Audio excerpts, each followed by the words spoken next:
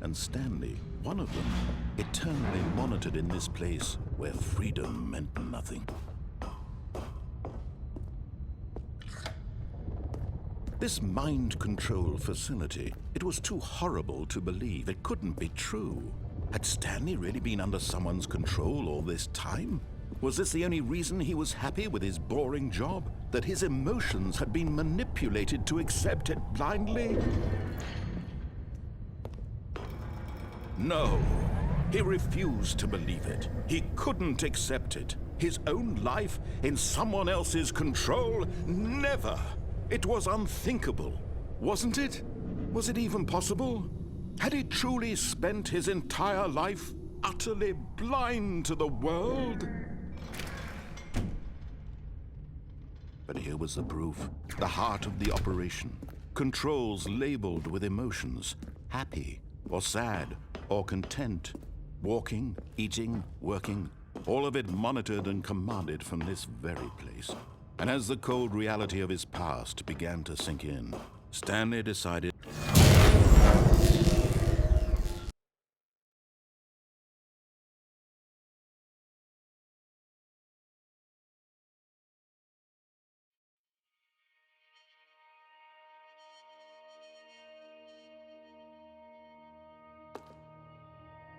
blackness and a rising chill of uncertainty.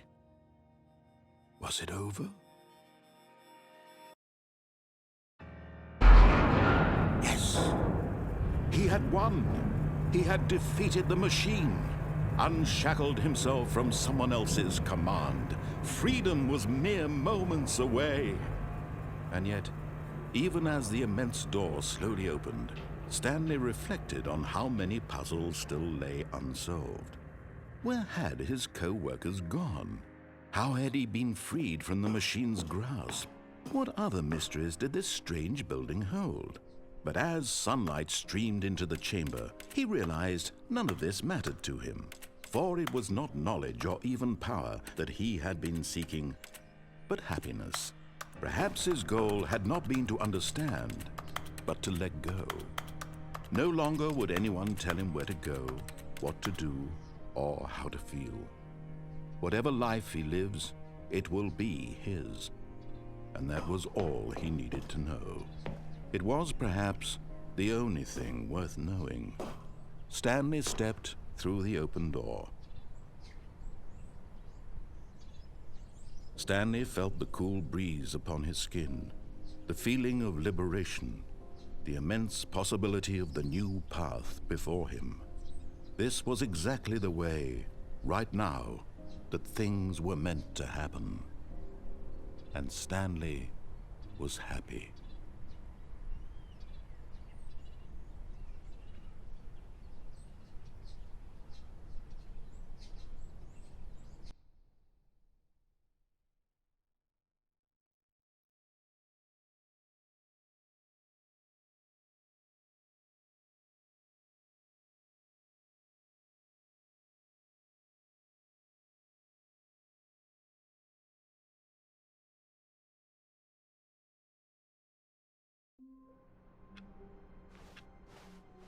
Wait, Stanley thought to himself.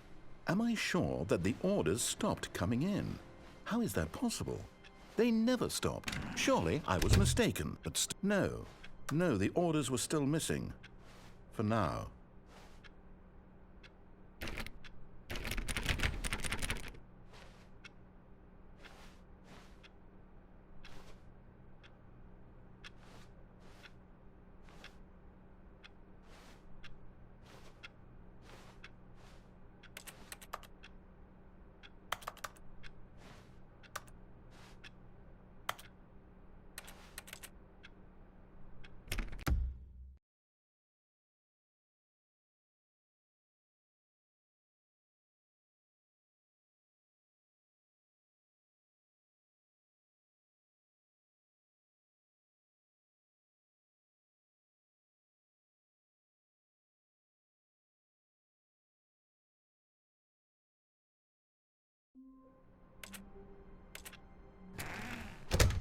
But Stanley simply couldn't handle the pressure. What if he had to make a decision? What if a crucial outcome fell under his responsibility? He had never been trained for that. No. This couldn't go anywhere except badly. The thing to do now, Stanley thought to himself, is to wait. Nothing will hurt me. Nothing will break me. In here I can be happy forever. I will be happy. Stanley waited. Hours passed, then days. Had years gone by? He no longer had the ability to tell. But the one thing he knew for sure, beyond any doubt, was that if he waited long enough, the answers would come. Eventually, someday, they would arrive. Soon, very soon now, this will end. He will be spoken to. He will be told what to do. Now it's just a little bit closer. Now it's even closer. Here it comes.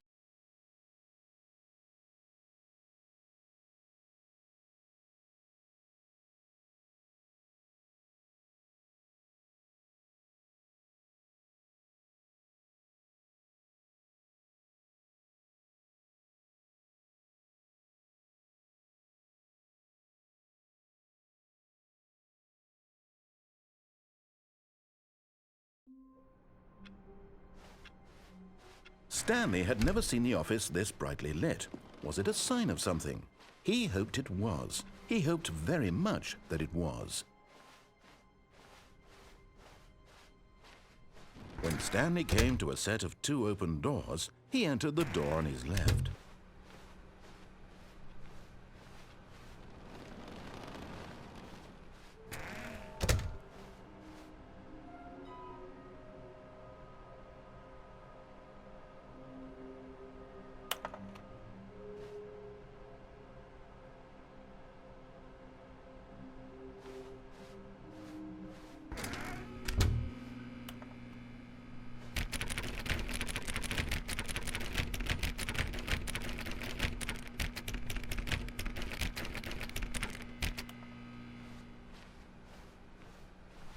Coming to a staircase, Stanley walked upstairs to his boss's office.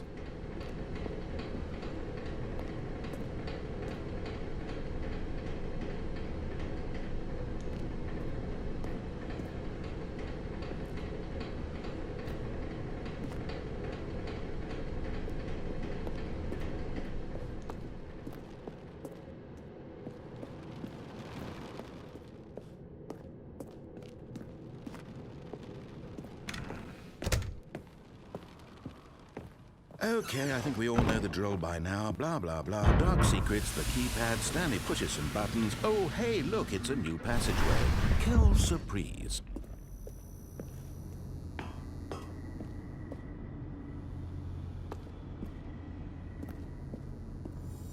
Okay, I'm going back to the name of these little Stanley figurines. And now I'm torn between Stanlerines and Figlies. What do you think, Stanley? What name better encapsulates the intrinsic sense of happiness that you get from seeing a small number in the corner of your screen go up by 1? Let me sit on it. I'm sure it will come to me.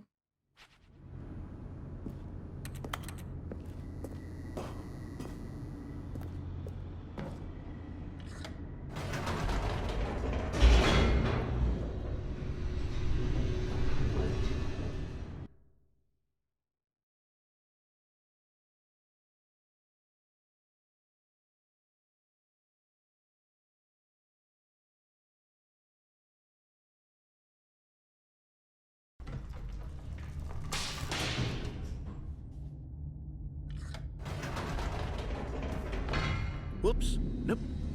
Never mind.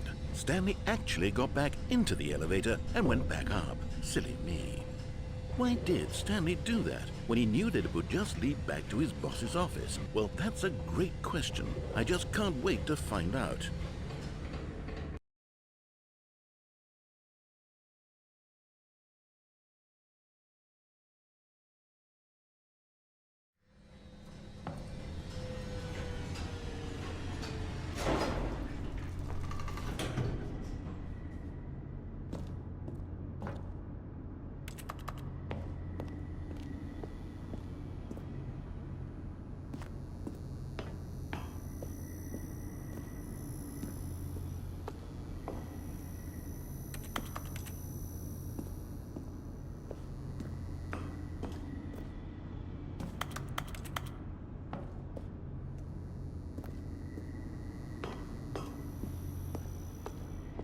Here we are, Stanley. It's your boss's office. Exactly the way it was before you got onto the elevator. It's still just exactly what it is. What a decision you've made to come up here and look at the office again. This has fleshed out the plot of the story in new and fascinating ways I could have never anticipated. It's that keen eye for storytelling that you have, an incisive rapid fire of critical plot points, one after the other, weaving a rich tapestry of uncompromising narrative. Wow! I'm bolted to the edge of my seat.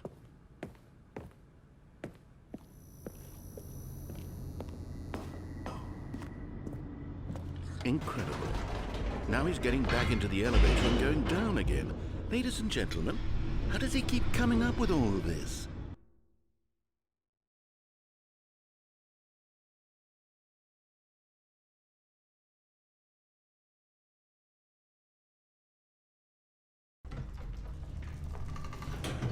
Surely this time Stanley will walk forward into the spooky corridor. Stanley walked straight ahead through the large door that read Mind Control Facility.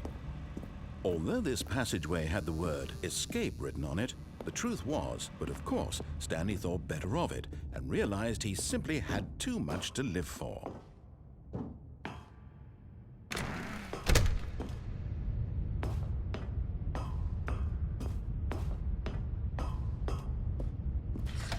The lights rose on an enormous room packed with television screens. What horrible secret did this place hold? Stanley thought to himself. Did he have the strength to find out?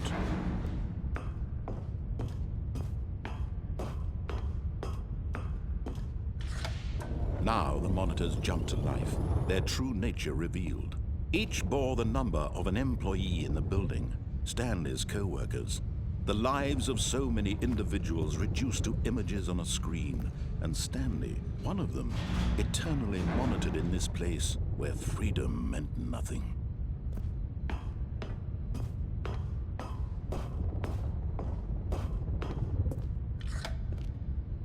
This mind control facility, it was too horrible to believe it couldn't be true. Had Stanley really been under someone's control all this time? Was this the only reason he was happy with his boring job? That his emotions had been manipulated to accept it blindly?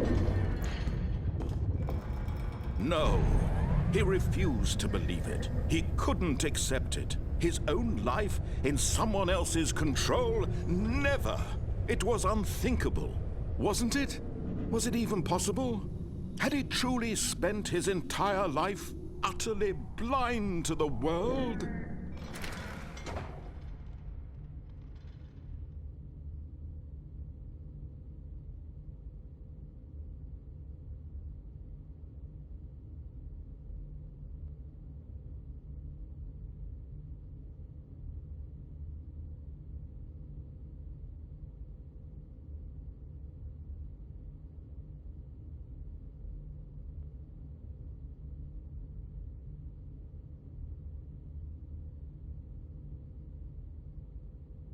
But here was the proof, the heart of the operation.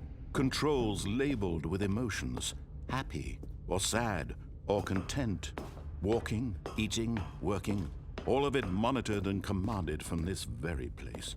And as the cold reality of his past began to sink in, Stanley decided that this machinery would never again exert its terrible power over another human life. For he would dismantle the controls once and for all.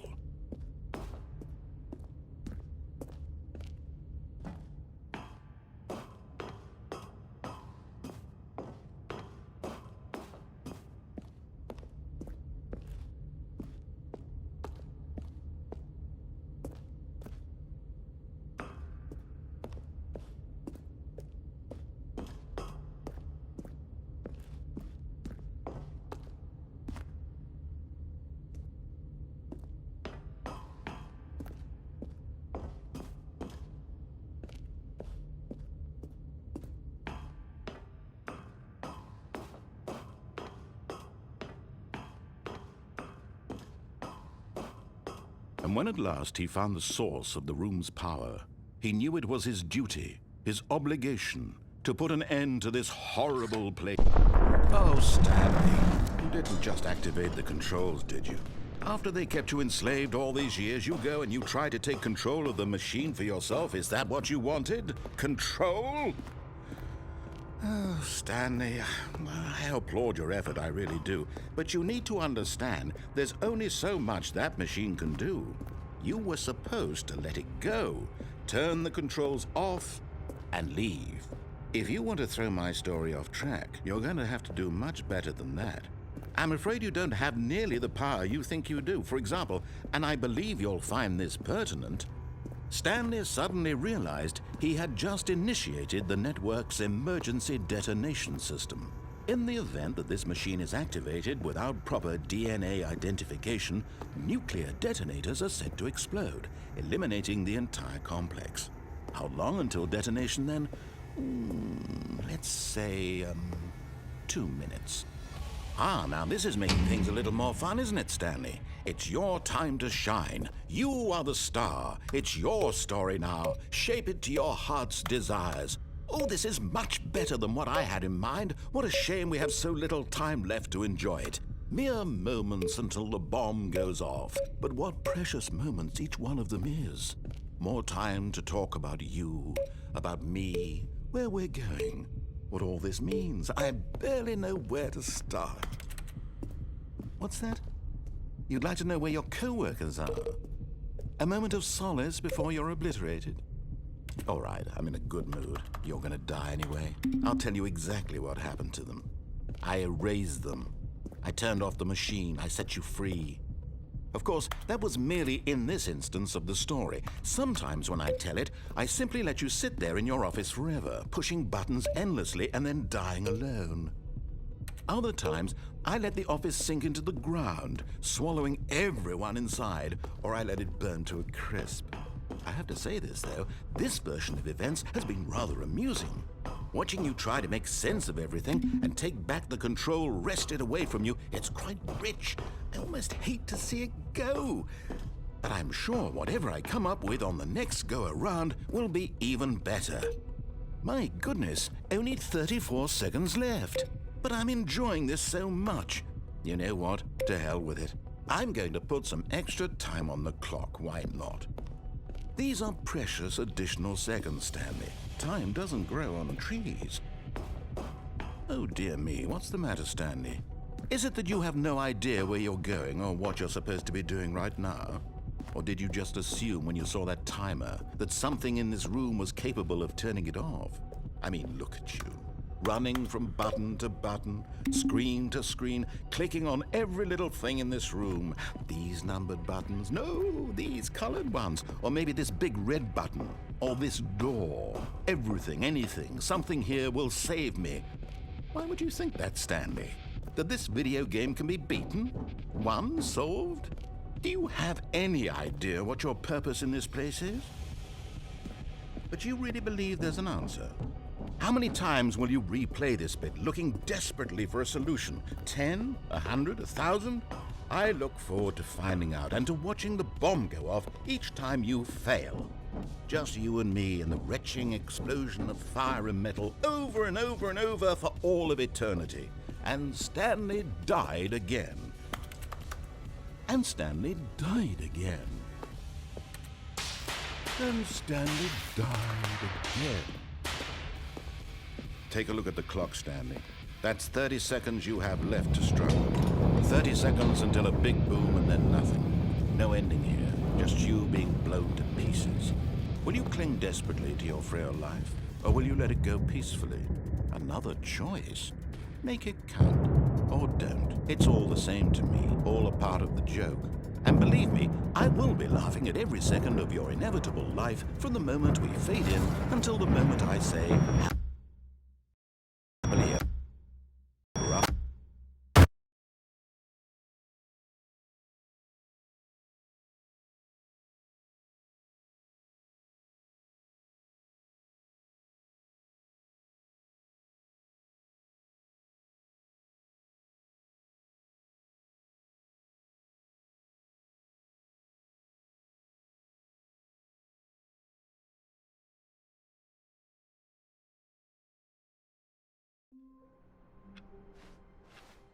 Just a step through this door, Stanley thought to himself, that's all I need. If I can make it through this door, I can make it through them all. The good old bucket. Just Stanley and the bucket, off on another thrilling adventure together. Stanley clutched the bucket tightly to his chest. This was not the correct way to the meeting room, but Stanley had felt the bucket calling to him, telling him that the employee lounge was simply the place to be. And here it was. Had the bucket turned out to be correct? Well, no, never mind. The bucket was wrong. Stanley took the door on his left to go back to the meeting room. No, said the bucket. don't go to the meeting room. Go somewhere else. The cargo lift, yes. Good, said the bucket. now ride the lift all the way to the top. There's something up there I need you to do. Stanley did not question why or how this bucket was speaking to him. It should have alarmed him, of course, because buckets can't talk. But Stanley chose not to think about this obvious fact. He was firmly convinced that the bucket had spoken to him, and he unthinkingly did whatever the bucket asked.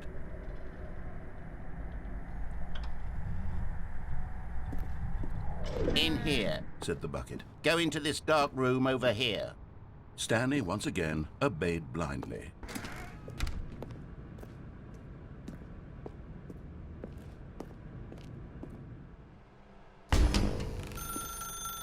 Now pick up the phone. Said the bucket. Pick up the phone and it will take us back home, where we can go about life together.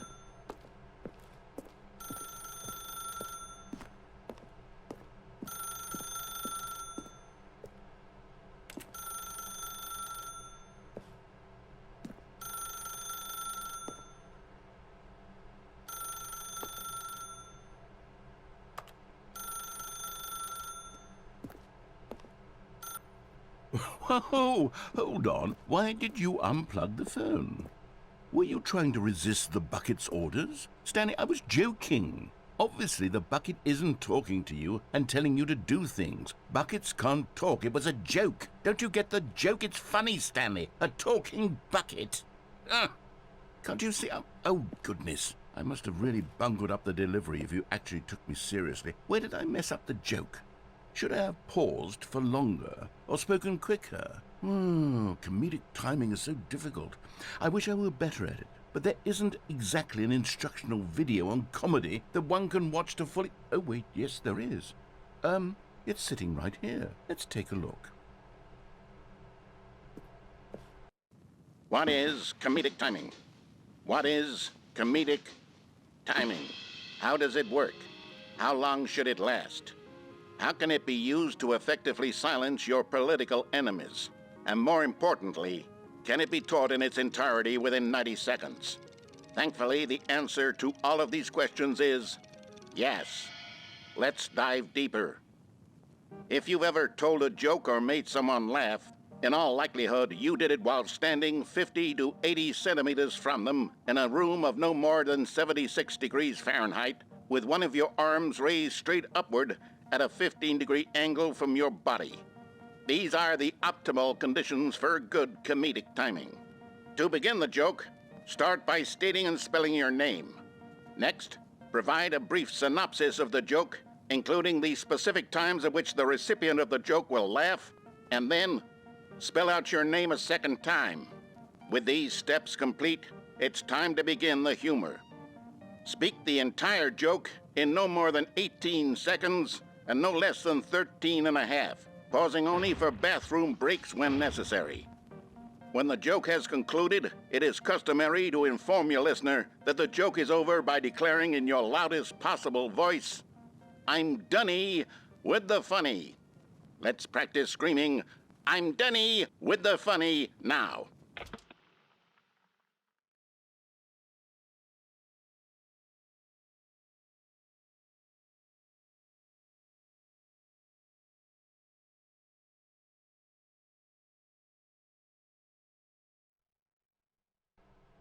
Good.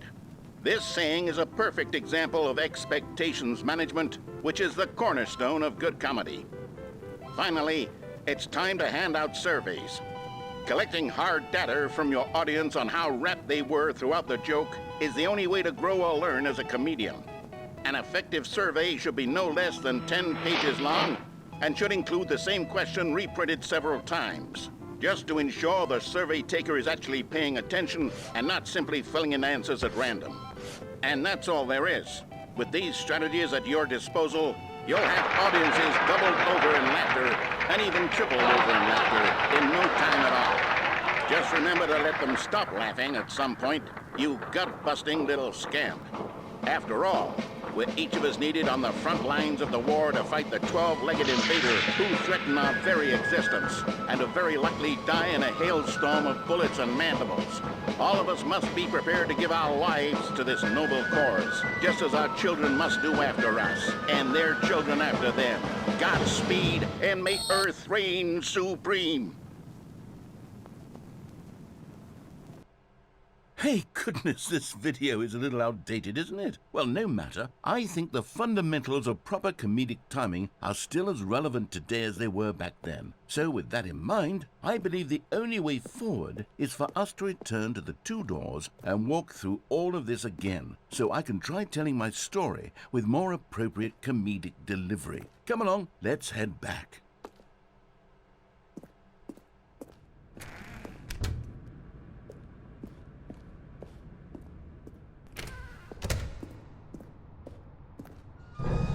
I can feel it.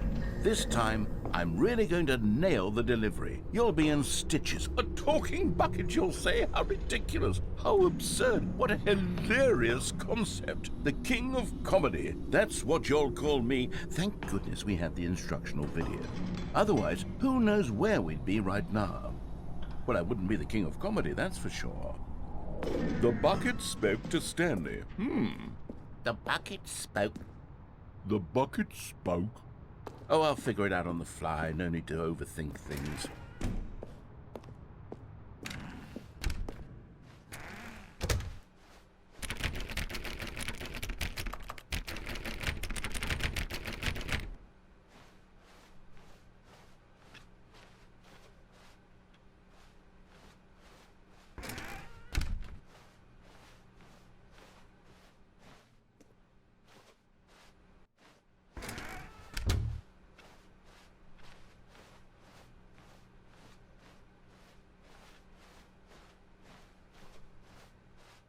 Here we go.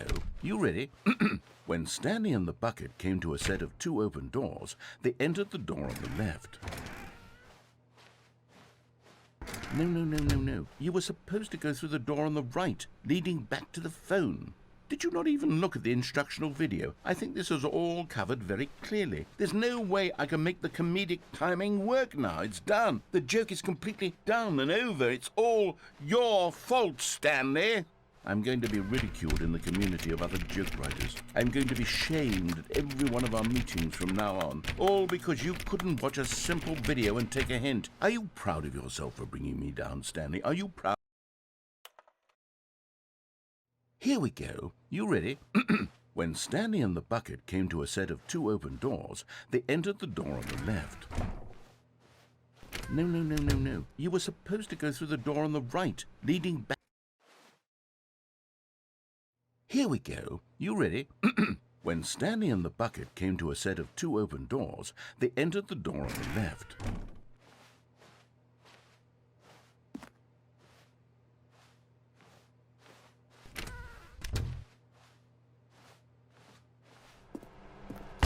What? We're back at the phone already? No. What's going on? There was supposed to be several rooms leading up to this. There was supposed to be a build-up to this point, a dramatic display of remarkable comedic wit which culminates in this scene with the phone. But now the timing's completely off. The joke will never land, or not the way it was meant to. And it's all my fault. I must have forgotten that the phone room comes immediately after the two doors room. What an egregious mistake. I've made a fool of myself. I don't deserve the title of King of Comedy. I'm nothing. I'm not even the lowliest joke-telling whelp. I think I need to go back and rewatch that instructional video again. Yes, surely that will help me improve my... Stanley, you love the bucket so much it's like you... It's as though all of your other most prized possessions pale in comparison. Yes. Well, let me try that again, Stanley. I heard that you are pale with shame over how unabashedly in love with a bucket you are. No? Still not? Is it the delivery? Pale with shame. Pale with shame? Pale... What's another word to describe a bucket? Stanley, this bucket is so metal, I think I saw it playing guitar. No.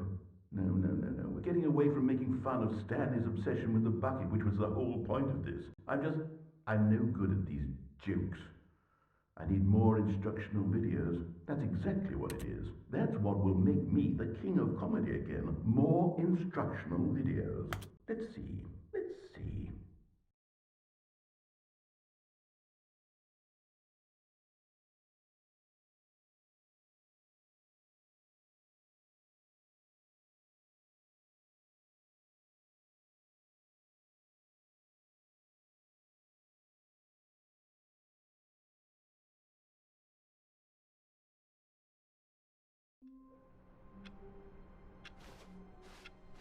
All of his co-workers were gone. What could it mean? Stanley decided to go to the meeting room. Perhaps he had simply missed a memo.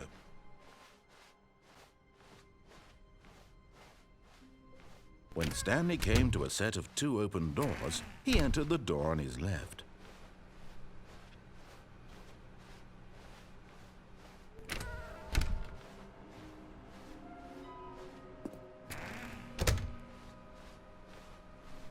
Coming to a staircase, Stanley walked upstairs to his boss's office.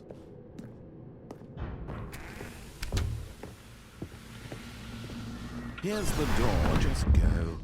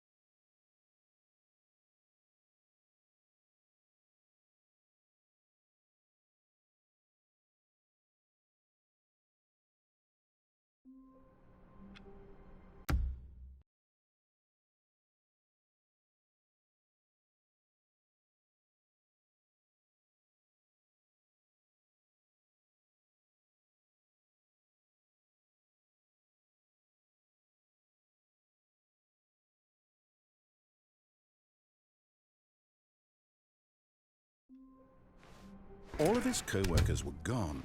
What could it mean? Stanley decided to go to the meeting room. Perhaps he had simply... When Stanley came to a set of 2 open doors, he entered the door on his left.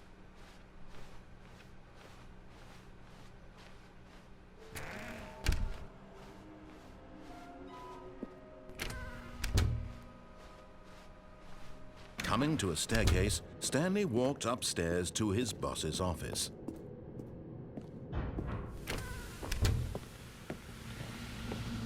Here's the door, just go.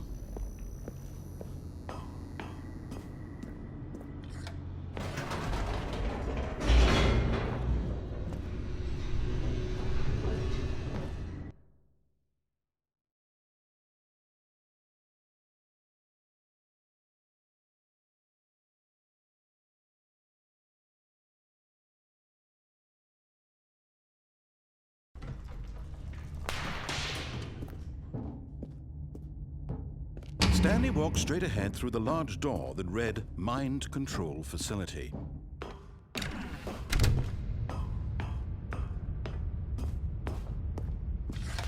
The lights rose on an enormous room packed with television screens. What horrible secret did this place hold? Stanley thought to himself. Did he have the strength to find out?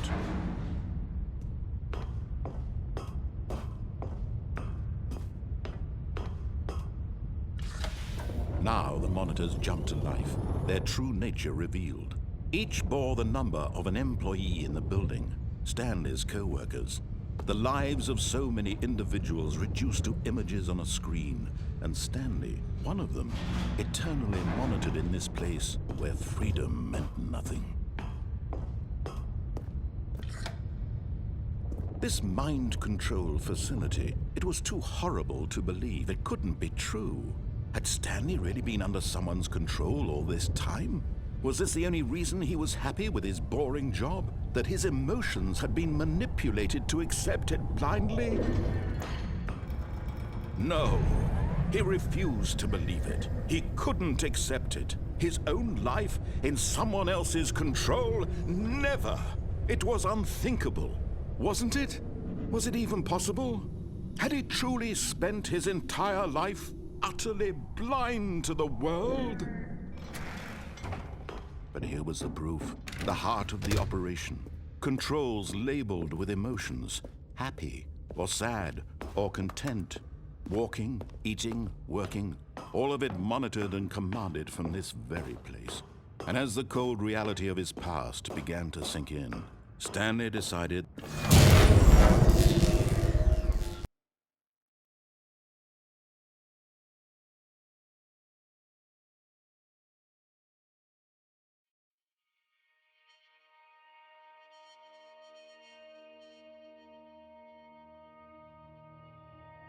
blackness and a rising chill of uncertainty. Was it over? Yes! He had won! He had defeated the machine, unshackled himself from someone else's command. Freedom was mere moments away. And yet, even as the immense door slowly opened, Stanley reflected on how many puzzles still lay unsolved. Where had his co-workers gone? How had he been freed from the machine's grasp? What other mysteries did this strange building hold? But as sunlight streamed into the chamber, he realized none of this mattered to him, for it was not knowledge or even power that he had been seeking, but happiness. Perhaps his goal had not been to understand, but to let go. No longer would anyone tell him where to go, what to do, or how to feel. Whatever life he lives, it will be his. And that was all he needed to know. It was perhaps the only thing worth knowing. Stanley stepped through the open door. Stanley felt the cool breeze upon his skin, the feeling of liberation, the immense possibility of the new path before him. This was exactly the way, right now, that things were meant to happen. And Stanley was happy.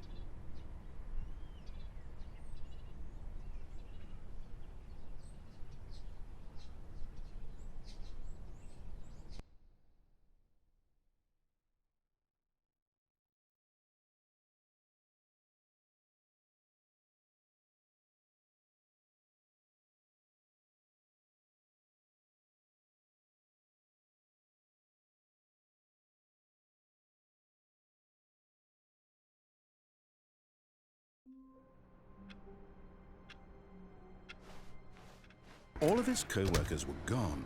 What could it mean?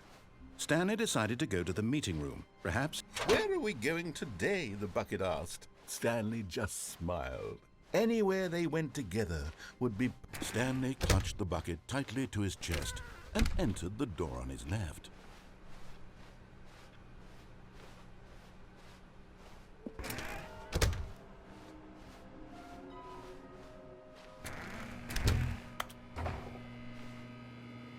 Oh, Stanley, can you feel it?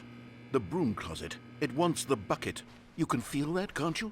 The aura of jealousy. It coming to a staircase, Stanley and the bucket walked upstairs to the boss's office.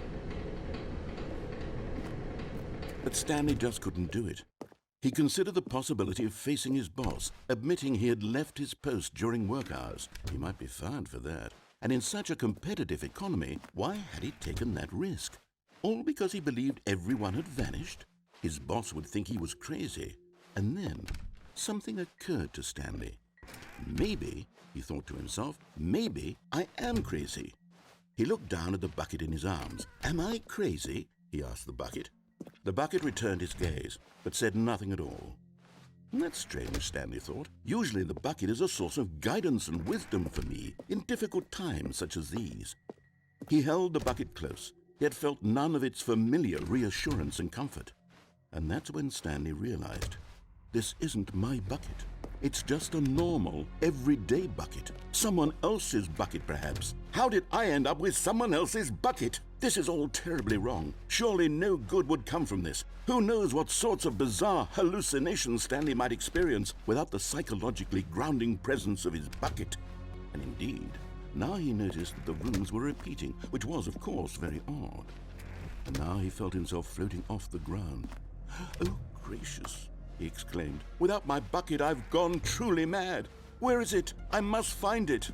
Far off in the distance now, he heard it, calling to him. Stanley!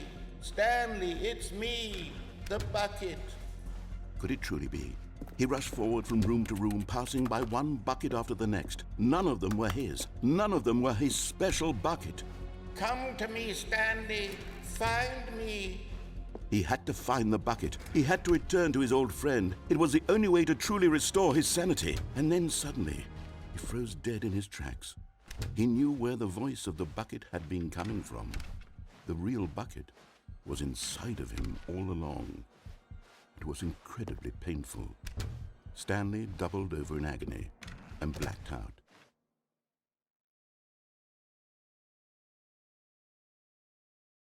This is the story of a woman named Mariella.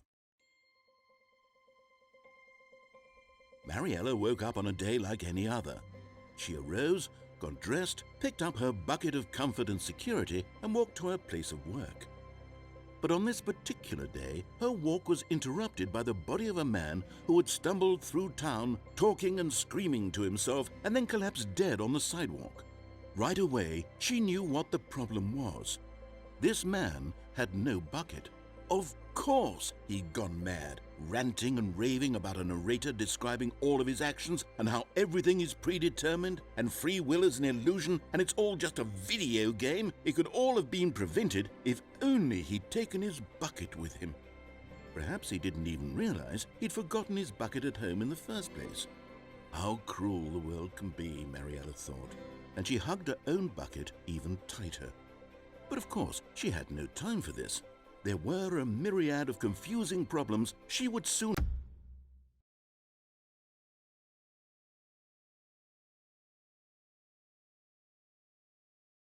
have to confront at work, for which her bucket would provide absolute guidance and total clarity on everything. Heck yes, she thought to herself, my life kicks ass. And she backflipped all the way to work.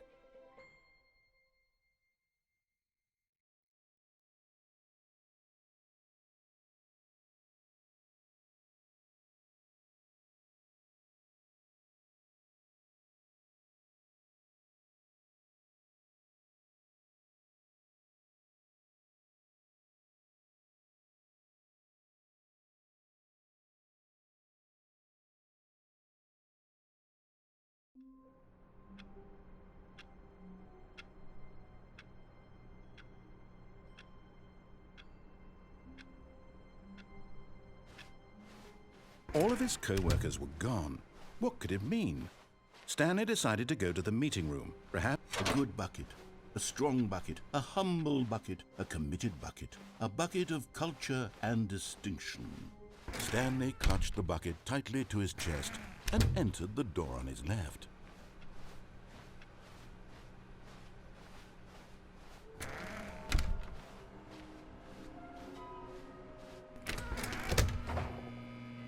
Oh, Stanley, can you feel it? The broom closet. It wants the bucket. Coming to a staircase, Stanley and the bucket walked upstairs to the boss's office.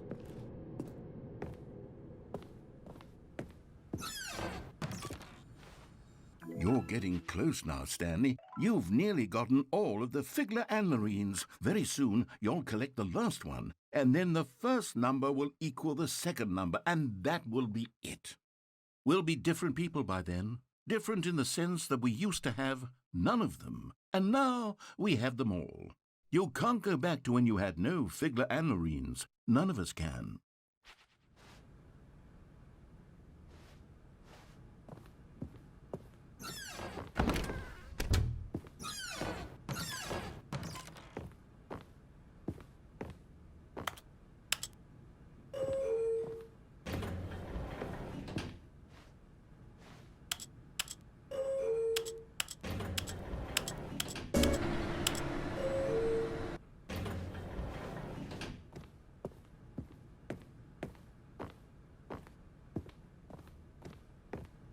Stepping into his manager's office, Stanley was once again stunned to discover not an indication of any human life.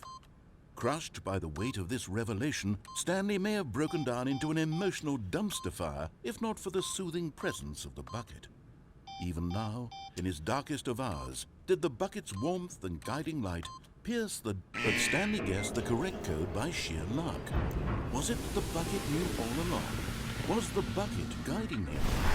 Yes, this is certainly the most logical explanation.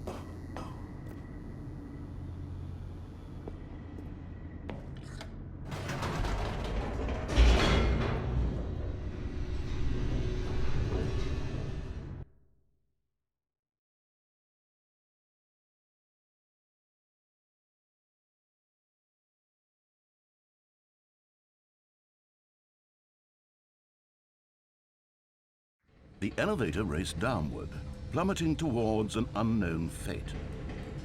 It would be all Stanley could do to keep himself together, if not for the bucket. Soothing him, comforting him, reassuring that in this darkest moment of uncertainty, he would be all right. The bucket is here for you, Stanley. Everything will be fine. Stanley and the bucket walked straight ahead through the large door that read, Mind Control. Although this passageway had the word escape written on it, the truth was that at the end of this hall, Stanley and the bucket would both meet a violent death. The door behind them was not shut. Stanley and the bucket still had every opportunity to turn around and get back on track.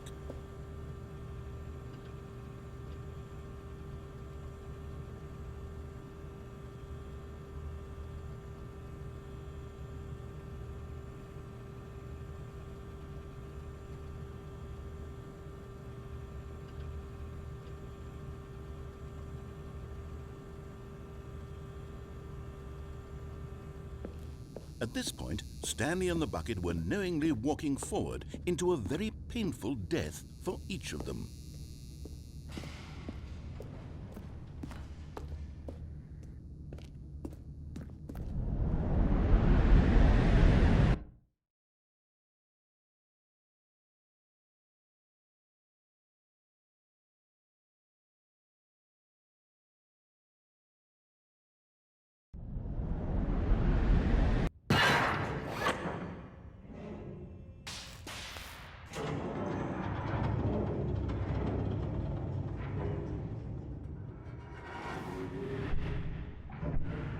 As the machine whirred into motion and Stanley and the bucket inched closer to their demise, Stanley reflected on how meaningless the bucket's warmth and comfort had turned out to be. To be sure, it puts the mind and the soul at ease to embrace the bucket, but what use is a sense of ease when you're about to be crushed to death? This is what Stanley thought to himself, and he sort of kicked himself for wasting so much time carrying a bucket everywhere. Farewell, Stanley.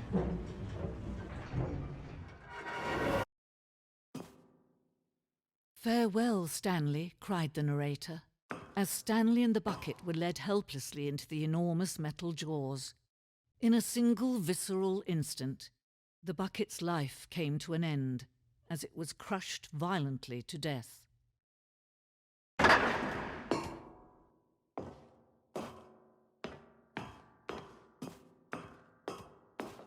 It was a shame, the death of such a magnificent bucket.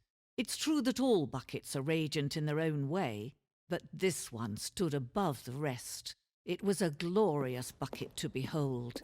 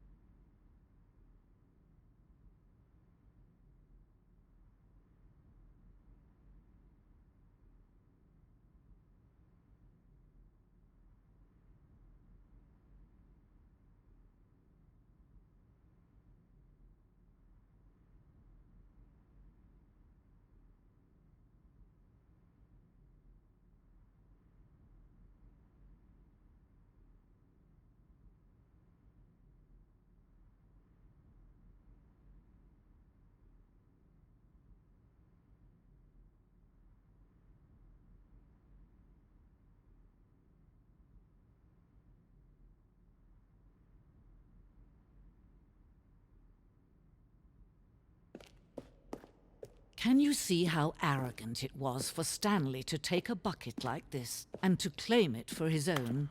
Can you see the hubris that blinded him? Can you see that the bucket is far more noble than Stanley will ever be in his short life?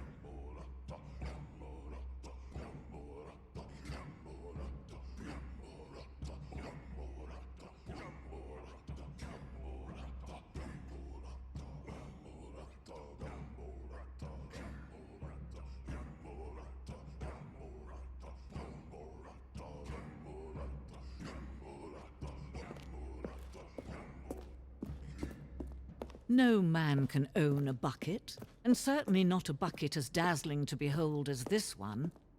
It is man who should kneel before the bucket.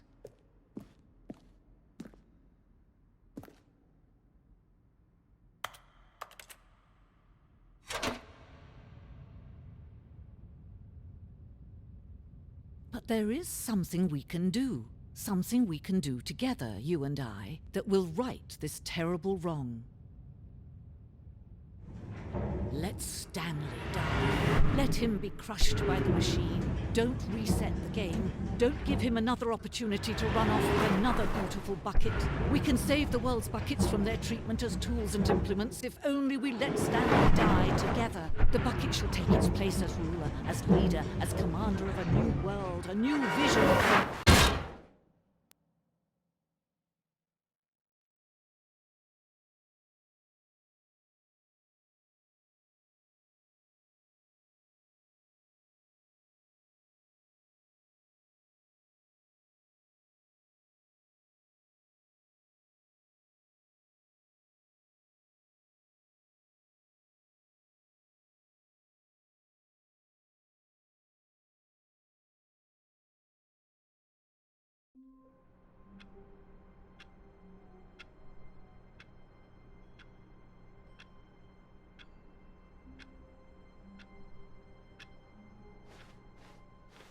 All of his co-workers were gone. What could it mean? Stanley decided to go to the meeting room. Perhaps he had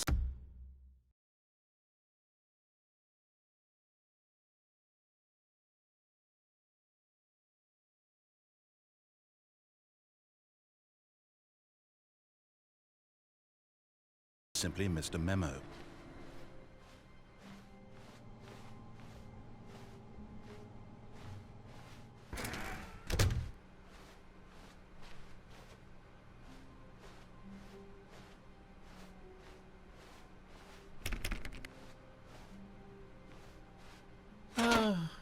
The embrace of an old friend, a weathered companionship that stands the test of time. Stanley clutched the bucket tightly to his chest and entered the door on his left. This was not the correct way to the meeting room, but Stanley had felt the bucket calling to him, telling him that the employee lounge was simply the place to be. And here it was. Had the bucket turned out to be correct? No, never mind. The bucket was wrong.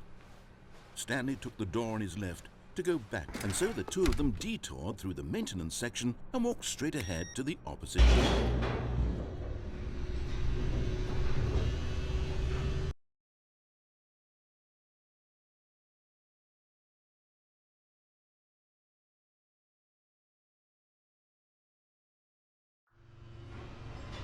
Oh, good, Stanley. I'm glad you found your way here. I knew you'd find this place eventually. You see, your friends and I are concerned for you, Stanley. We've come together here because we care about you very much. It's this bucket you're carrying around everywhere. The bucket isn't even from the original Stanley Parable. It's just sequel content. We're the ones that matter, Stanley. Classic characters from the first game, like the Adventure Line and the Broom Closet. Because that's what fans want from a sequel. They want more of their favorite jokes, not this bucket that they've never seen before. Yes, I know I'm the one who gave you the bucket, but you're spending too much time with it. Don't you want another story involving the Adventure Line? We could make the Adventure Line go somewhere new. Yes, yes, that's what the fans want. Whee! Look at that wacky line. Who knows where it'll go off to next? Oh, and it played some silly music as well.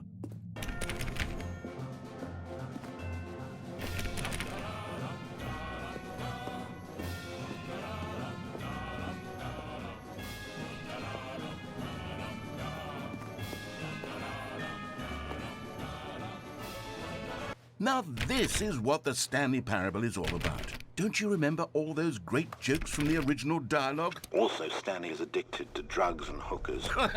Yes, it's as classic now as it was back then. Let's do it for the fans, Stanley. Let's give them more content exactly like this. But if we want to do that, you're going to have to give something up.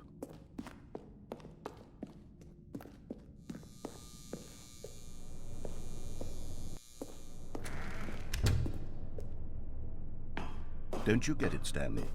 We need to get rid of the bucket. That's why I'm very proud to introduce a brand new character. This is the Bucket Destroyer. I think it'll make a wonderful new addition to the rich lore of the Stanley Parable. True, it also was not in the original game, but it's such a well-fleshed-out character with so much personality that to me it already feels as though it's been part of the cast all along. Don't you agree? Can you guess what the Bucket Destroyer does? Surely you don't need me to spell it out for you. Go ahead now, Stanley. Say goodbye to the bucket, and then pop it into the machine when you're ready.